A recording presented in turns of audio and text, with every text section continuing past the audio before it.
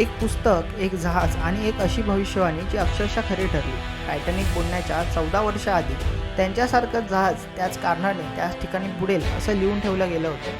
हा निव्वळ योगायोग होता का की भविष्यात डोकावण्याची काही क्षमता होती? नमस्कार मित्रांनो, तुम्ही पाहतात मिस्टेरियस मराठी आणि आज आपण इतिहासातील असा खरा प्रसंग पाहणार आहोत जिथे भविष्य हे आधीच लिहिलं गेलेलं होतं. ही गोष्ट आहे टायटॅनिकच्या आधी लिहिलेल्या भविष्यवाणीची. मित्रांनो, सन 1898मध्ये अमेरिकेतील एक लेखक मॉर्गन रोबस्टन एक कादंबरी लिहितात. पुस्तकाचं नाव होतं futility or the wreck of the Titan. त्यावेळी जगात टायटॅनिक नावाचं जहाज हे अस्तित्वात सुद्धा नव्हतं, पण या पुस्तकात वर्णन केलेलं जहाज हे पुढे जाऊन जग हादरणारं होतं. या पुस्तकात जहाजाचं नाव होतं टायटन. आता लक्ष द्या, कारण इथूनच रहस्य सुरू होतं. पुस्तकातील टायटन म्हणजे खरा टायटॅनिक, जगातील सर्वात मोठं जहाज जे अनसिंकेबल म्हटलं जात होतं आणि एप्रिल महिन्यात त्याचा प्रवास हा 1912ला सुरू होईल. नॉर्थ अटलांटिक ओशनमध्ये त्याचा प्रवास होईल आणि त्याच्यामध्ये हिमनगाशी धडक होताना पुरेशा लाईफ बोटसुद्धा नसतील. हे सगळं 14 वर्ष आधी लिहिलं गेलेलं होतं.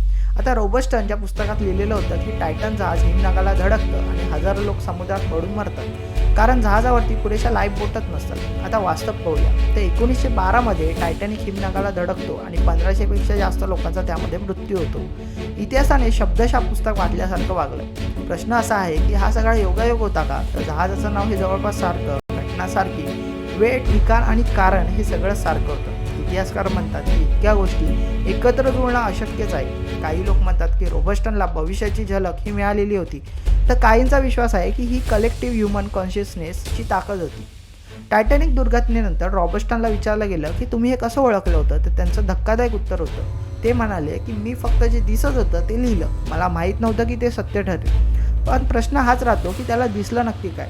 तर विज्ञान म्हणतं लेखकाने त्या काळातल्या टेक्नॉलॉजीवरून अंदाज बांधला होता, पण रहस्यप्रेमी म्हणतात की इतका परफेक्ट अंदाज एका बुद्धीने शक्यच होणार नाही. आजही ही घटना इतिहासातील सर्वात अचूक भविष्यवाणी म्हणून मानली जाते. मित्रांनो, भविष्य हे खरंच आधी लिहिलं जातं का?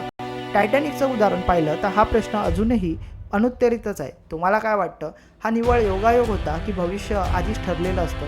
कमेंटमध्ये तुमचं मत नक्की सांगा आणि व्हिडिओ आवडला असेल तर व्हिडिओ लाईक करा, शेअर करा आणि सबस्क्राईब करायला विसरू नका.